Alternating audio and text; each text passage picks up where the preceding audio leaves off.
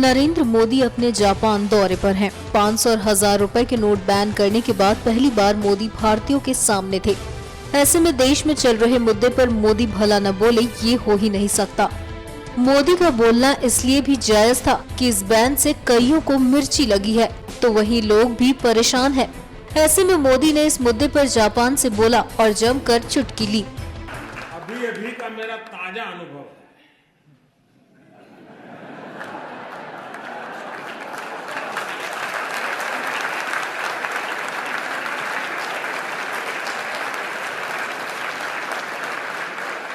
कौन से वाला?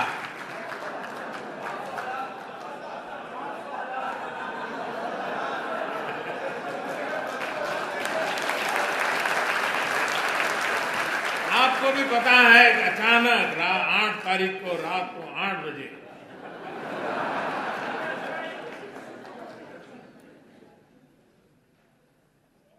$500 और 1000 के नोट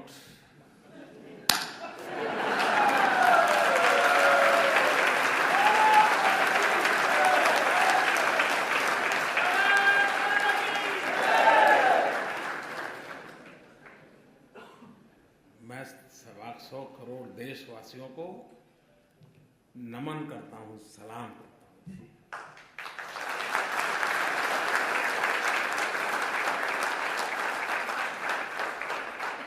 घर में शादी है, वैसे नहीं है। मां बीमार है, 1000 के नोटों का थप्पा है, लेकिन मुश्किल है। इन सब के बावजूद भी तकलीफ है, ये पता है, खुद को है पता है, अड़ोस पड़ोस को है पता है, उसके बावजूद भी लोग मुंह में उंगली डाल डाल करके पूछवाते थे, मोदी को कुछ बोलो, कुछ मोदी के खिलाफ बोलो। ऐसा भी चल रहा है। लेकिन मैं देश के लोगों को 100 सलाम करता हूं।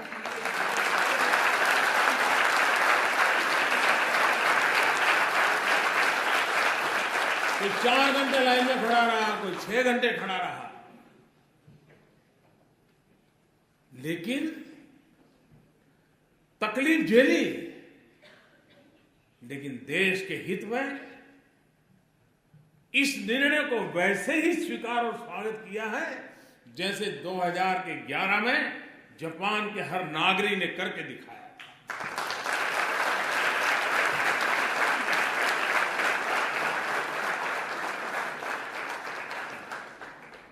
कुछ स्थान पर तो लोग 5-5 घंटे खड़े थे और अचानक एटीएम काम करना बंद कर दिया, तो भी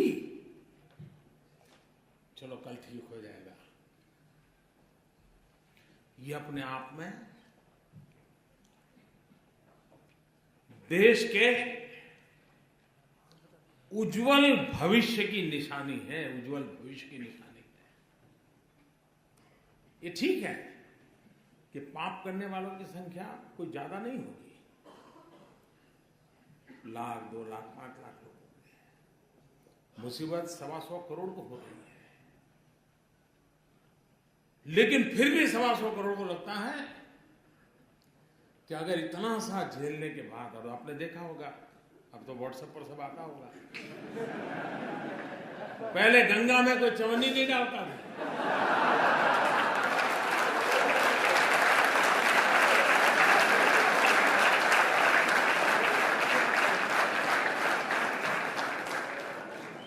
नोटें बह रही है गंगा।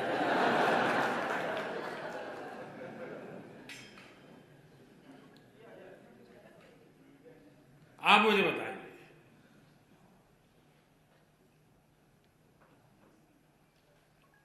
ये चोरी का माल निकलना चाहिए नहीं निकलना चाहिए? सामान्य मानवी को शिकायत ये होती है कि आप एक को फायदा हो दूसरे को नुकसान हो, उसको लगता है भाई कानून सबके 500 की नोट गई, सबकी 1000 की नोट गई, मोदी की भी 1000 की नोट अब बाजार में चलने वाली नहीं है, तो लोग कहते भाई ये बढ़िया है। ऐसा होना चाहिए, हर एक के लिए समान उसका असर है। और इस कारण, इस निर्णय से मुझे भी पता नहीं था कि मुझे ऐसे आशीर्वाद मिलेंगे जिस आशीर्वाद के शायद मैं जब सोच रहा था कि ये करूंगा तो क्या क्या तकलीफ आएगी, क्या क्या फायदा होगा, वो तो मैं सोचा ही नहीं था। मैं दिमाग खपा रहा था कैसे करूं कैसे, और अच्छा ये काम ऐसा था कि लोगों से बता भी नहीं सकता था, अचानक करना पड़े वरना तो खेल खत्म। जो लोग इतना जमा कर सकते हैं वो अपनी जगह भी कर सकते हैं, तो इसलिए इसको सीक्रेट रखना भी जरूरी था। तो मैं सोच रहा था ये तकलीफ होगी, ये तकलीफ होगी, ये मुश्किल होगा। तो हमारी एक छोटी टीम थी, बैठ करके रास्ते खोज रहे थे, लेकिन मैंने ये नहीं सोचा था उसमें से मुझे कोई आशीर्वाद भी मिलेंगे। जब लोगों को पता चला कि किसी गृहिणी के, कि हर महिला सब्जी लेने जाती है थोड़ा बचा लेती है, साड़ी के पल्लू में बांध के रखती है, घर में सब खाली हुआ, मुसीबत है वो निकाल के दे देगी, लो जाओ जाओ ले जाओ। हमारे देश में महिला कुछ न कुछ बचा के रखती है, और ईमानदारी का होता है, कोई बेईमानी का पैसा नहीं होता है। जब हमने कह दिया कि अगर किसी गृहिणी का 2.5 लाख रुपया अगर वो बैंक में जमा कर देगी तो सरकार उसको नहीं पूछेगी कि ये 2.5 लाख रुपए कहां से आए थे।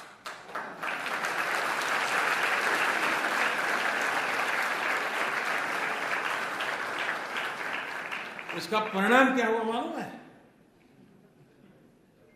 कई बेटे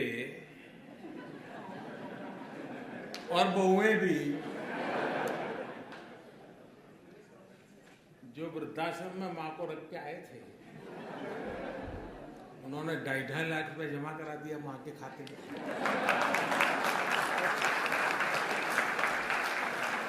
अब मुझे बताइए वो मां मुझे आशीर्वाद देगी कि नहीं देगी? ऐसी वृद्ध मां आशीर्वाद दे तो फिर योजना सफल होने में कोई आशंका रहती है क्या?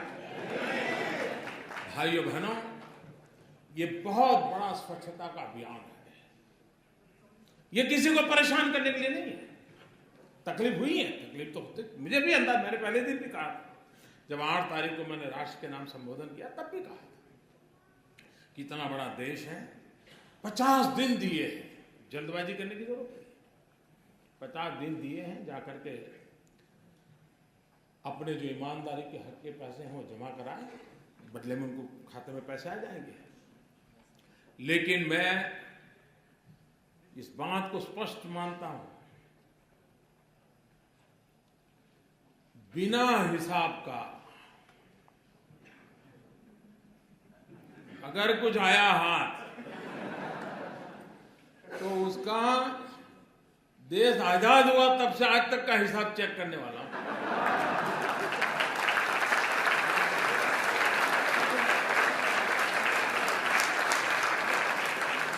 जितने लोगों को नए लाना पड़ेगा ला करके भी इस काम में लगाऊंगा। हाँ, ईमानदारी का है, उसका जय जयकार, उसको कोई प्रॉब्लम नहीं। लेकिन इस प्रकार से किसी ने जमा किया और वो सोचता होगा कि आज बैंक में रख दूंगा फिर देख लूंगा, कोई बचने वाला नहीं है। और जो लोग मुझे जानते हैं वो कुछ समझदार भी है, तो उनको लगता है यार बैंक में जाने के बजाय गंगा जी में जाना अच्छा है। पैसे मिले या न मिले, पुण्य तो मिल जाएगा। और इसलिए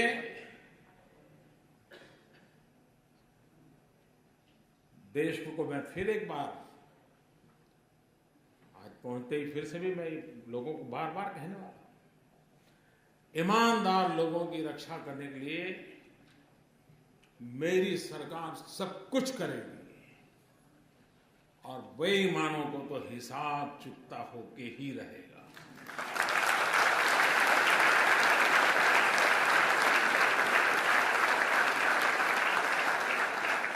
अच्छा, ऐसा नहीं कि हमने रातों रात किया है।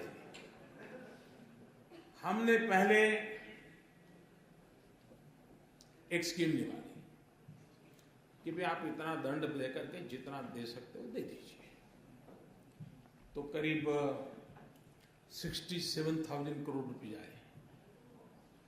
तब भी कुछ लोग तो कहते थे कि मोदी फेल हो गए, मोदी का कुछ नहीं हुआ, लेकिन आखिर भी आंकड़ा आया तो अब वो बोलते ही नहीं है। और पिछले 2 साल में इस प्रकार के अलग अलग जो प्रयास किए, करीब करीब 1.25 लाख करोड़ रुपया वापिस आया, 1.25 लाख करोड़ रुपया।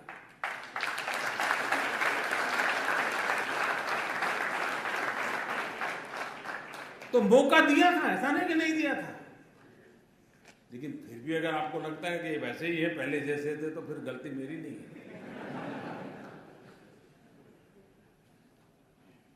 और इसलिए, और जो लोग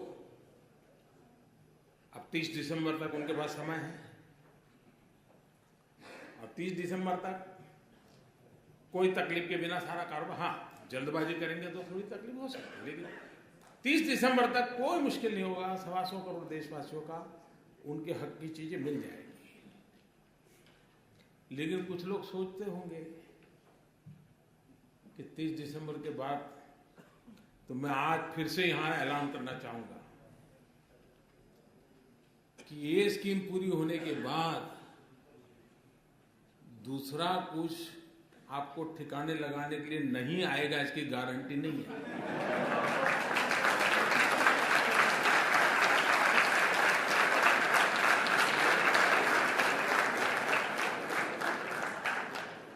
अब दुनिया इतनी बदल चुकी है, हमने मुख्य धारा में, आप ठीक है पहले कर लिया भाई, मैंने मौका दिया है, आ जाइए। नहीं आना है तो आप जानो, आपका नसीब जाने, और आपका नसीब नहीं, आपके बेटों का नसीब की चिंता करो। लेकिन मेरे प्यारे देशवासियों, आप लोग यहाँ कड़ी मेहनत करके भारत का नाम रोशन करने में लगे हैं। आपके पुरुषार्थ से देश का गौरव भी बढ़ता है। दुनिया में जहां भी जाते हैं, भारतीय समुदाय के व्यवहार की बहुत ही सकारात्मक चर्चा, विश्व में जहां जहां भारतीय समुदाय रहता है उनसे मिलती है सुनने के लिए, और उसके कारण भारत की साख भी बढ़ती है, भारत की प्रतिष्ठा भी बढ़ती है। तो ये आप लोगों का बहुत बड़ा योगदान है। मैं फिर एक बार आप सबको मिलने का मुझे अवसर मिला, मैं आपका बहुत बहुत धन्यवाद करता हूं, और मैं आपको विश्वास दिलाता हूं कि अब हिंदुस्तान निरंतर आगे बढ़ने वाला है, विकास की नई ऊंचाइयों को पार करने वाला है। जो सपने आप दुनिया में जाकर के दुनिया देखते हो, और जो अच्छी चीजें आप हिंदुस्तान में चाहते हो, वो सभी अच्छी चीजें हिंदुस्तान में होना संभव हो चुका है, होके रहेगा। बहुत बहुत धन्यवाद।